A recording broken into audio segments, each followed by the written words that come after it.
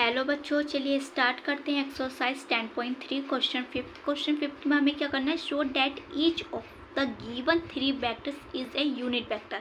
हमें क्या शो करनी है, जो ये तीन वेक्टर्स हमें गिवन दे रखे हैं इन्हें यूनिट वेक्टर शो करना है। तो यूनिट वेक्टर का मतलब क्या, जिसका मैग्नीट्यूड अगर 1 निकल जाए तो वो क्या कह देंगे कि हाँ ये यूनिट वेक्टर है। तो क्या निकालना है, मैग्नीट्यूड निकालना है।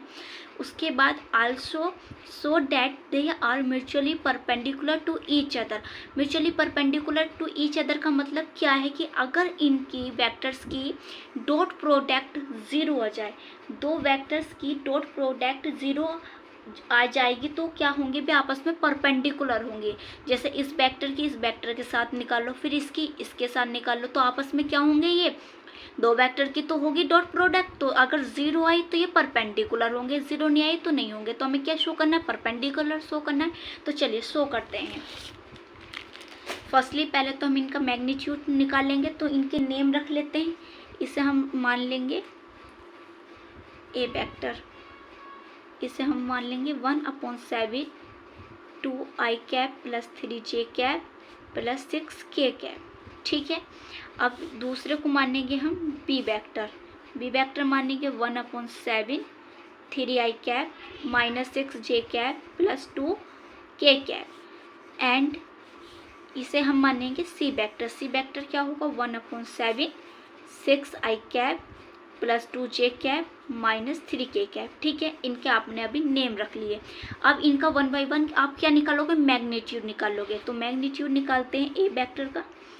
तो 1/7 as it is under root 2 के साथ, ये i के साथ 2 क्या है, x है तो x का स्क्वायर प्लस j के साथ ये क्या है, y का स्क्वायर।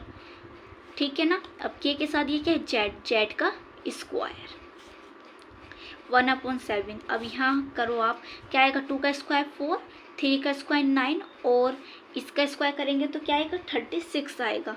तो टोटल को आप जब ऐड करोगे तो आपको मिलेगा यहाँ 49। अब 49 को हम क्या लिख सकते हैं, बताओ जल्दी से। √7 × 7 लिखेंगे और 7 में से एक पेयर है तो यहाँ से 7 बाहर आ जाएगा। बताओ 7 से 7 कैंसिल आउट हुआ तो हमारे पास क्या आ गया, 1 आ गया। तो ए का जो मैग्नीट्यूड है 1 आ गया, तो ये क्या है, यूनिट वेक्टर है। ठीक है, अब बी का निकालो। बी का भी सेम एज इट इज निकालना है हमें। बी ये है हमारे पास 1/7 रखो एज इट इज। अब यहाँ जो है एक्स क्या है, 3 है, 3 का स्क्वायर। फिर हमारे पास जो y है वो क्या है, -6 है तो -6 का स्क्वायर प्लस, और हमारे पास जो z है वो है 2 का स्क्वायर। तो 1/7 यहाँ आएगा 9 प्लस के 36, क्योंकि अगर निगेटिव है उसका स्क्वायर करेंगे तो वो पॉजिटिव बन जाएगा, यहाँ आएगा 4। अब इन सबको जब ऐड करेंगे तो हमें मिलेगा 49, और 49 को हम क्या लिख, बाहर क्या आ जाएगा, 7 रूट में से, और ये हमारे पास क्या निकल कर आ गया है, 1 आ गया है। तो बी का मैग्नीट्यूड भी हमारे पास क्या आ गया है, 1 आ गया है। यही तो शो करना था। अब सी का फाइंड करते हैं। अब सी का भी एज इट इज़ निकालना है, बिल्कुल सेम मैग्नीट्यूड जैसे निकालते हैं। अब सी का भी निकालते हैं यहाँ। तो सी का निकालेंगे मैग्नीट्यूड। तो 1/7 एज इट इज 6 का स्क्वायर प्लस 2 यहाँ स्क्वायर आएगा प्लस -3 स्क्वायर। अब 1/7 एज इट इज 6 का स्क्वायर 36 प्लस 4 प्लस 9।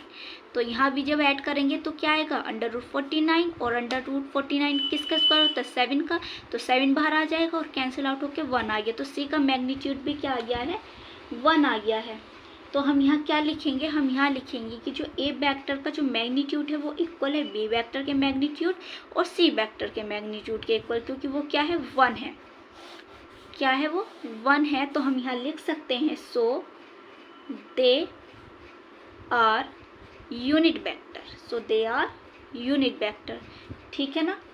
अब हमें म्यूचुअली परपेंडिकुलर शो करना है। म्यूचुअली परपेंडिकुलर का मतलब क्या है, बताओ।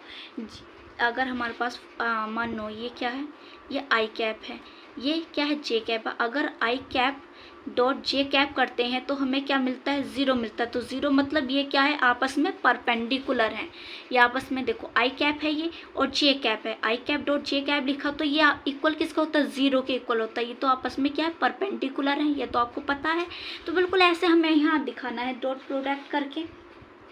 तो डॉट प्रोडक्ट कैसे होती है, अब पहले क्या ले लें हम, ए वेक्टर ले लेते हैं और बी वेक्टर ले लेते हैं, ए वेक्टर डॉट बी वेक्टर, दो वेक्टर का ही तो हम डॉट प्रोडक्ट करते हैं, तो ए वेक्टर डॉट बी वेक्टर, तो ए वेक्टर हमारे पास क्या है 1/7 2i cap plus 3j cap plus 6k cap ये है, और बी वेक्टर हमारे पास क्या है 1/7 3i cap minus 6j cap plus 2k cap ये है हमारे पास। अब 1/7 की मल्टीप्लाई 1/7 से होगी तो क्या आएगा 1/49 आएगा। अब 2 की मल्टीप्लाई 3 से करो क्या आएगा 6, 3 की मल्टीप्लाई -6 से करो तो माइनस के क्या आएगा जल्दी से बताओ 18, और 6 की मल्टीप्लाई 2 से करेंगे तो क्या आएगा 12 आ जाएगा 1/49। अब यहाँ देखो 12 में अगर मैं 6 ऐड करूँगी तो क्या आएगा 18, और ये है तो ये कैंसिल आउट होके हमारे पास क्या आ गया ऊपर 0/49, तो हमारे पास यहाँ क्या बनेगा 0 बनेगा। तो आप देख सकते हो जो हमने डॉट प्रोडक्ट करी है ए वेक्टर डॉट बी वेक्टर की वो क्या निकल कर आ गई है 0 निकल कर आई है। तो ये क्या है आपस में परपेंडिकुलर है। अब सेम एज बिल्कुल हमें क्या करना है बी वेक्टर और सी वेक्टर की फाइंड करनी है, B vector dot C vector. तो बी वेक्टर हमारे पास क्या है 1/7 3i cap minus 6j cap plus 2k cap ये है। अब सी जो है वो है 1/7 6i cap plus 2j cap minus 3k cap. अब यहाँ मल्टीप्लाई करते हैं, मल्टीप्लाई करो इसकी करेंगे तो फिर से क्या बनेगा 1/49, और 3 की 6 से करेंगे तो क्या आएगा 18, माइनस 6 की 2 से करेंगे तो माइनस के 12, और 2 की मल्टीप्लाई -3 से करेंगे तो माइनस के 6 आएगा। तो यहाँ आप देख सकते हो 1/49 और यहाँ आएगा 18 माइनस क्या आएगा 18, तो ये कैंसिल आउट होके क्या आ गया हमारे पास यहाँ हमारे पास 0 आ गया है। क्या निकल का आएगा 0। तो आप ये कह सकते हो कि V vector dot C vector क्या निकल का आ गया है 0 निकल का आ गया है। अब आप फिर क्या निकालोगे, आप यहाँ फिर निकालोगे ए वेक्टर डॉट सी वेक्टर निकालो, या फिर आपकी मर्जी है C vector dot A vector निकालो, वो आप पे डिपेंड करता है कि आप क्या निकालना चाहते हो, ठीक है ना। तो हम वो निकाल लेंगे अब। तो चलिए फाइंड आउट करते हैं हमें अभी, ठीक है ना। तो हमें अब क्या फाइंड आउट करना है ए वेक्टर डॉट सी वेक्टर निकालना है। आप C vector dot A vector भी निकाल सकते हैं, कोई फ़र्क नहीं पड़ने का, आपकी मर्जी है। तो यहाँ लिखते हैं पहले ए वेक्टर क्या है 2i cap plus 3j cap plus 6k cap ये है।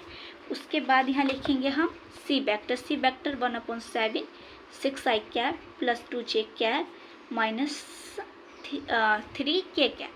मल्टीप्लाई करते हैं, इसकी मल्टीप्लाई यहाँ करोगे 1/49, 2 6 12 और 3 2 6, और यहाँ आएगा 18 माइनस के, तो यहाँ आप फिर से इसे ऐड करोगे तो यहाँ 18 माइनस 18, तो ये कैंसिल आउट होके 0 बना और अपॉन में 49 है, तो यहाँ क्या निकल का आया 0 निकल का आया। तो आप देख सकते हो कि हमने जो है दो वेक्टर लेके निकाले हैं तीनों को साथ, मतलब 1 बाय 1 तीनों को हमने देख लिया है, ए को भी देखा, बी को भी, सी को भी देख लिया है लेके हमने। तो क्या निकल का है 0 निकल का है। तो 0 निकलने का मतलब क्या है कि ये वेक्टर्स जो हैं वे क्या है परपेंडिकुलर हैं, ठीक है ना। तो हम यहाँ लिख सकते हैं hence the given vector are mutually perpendicular to each other, hence the given vectors are mutually perpendicular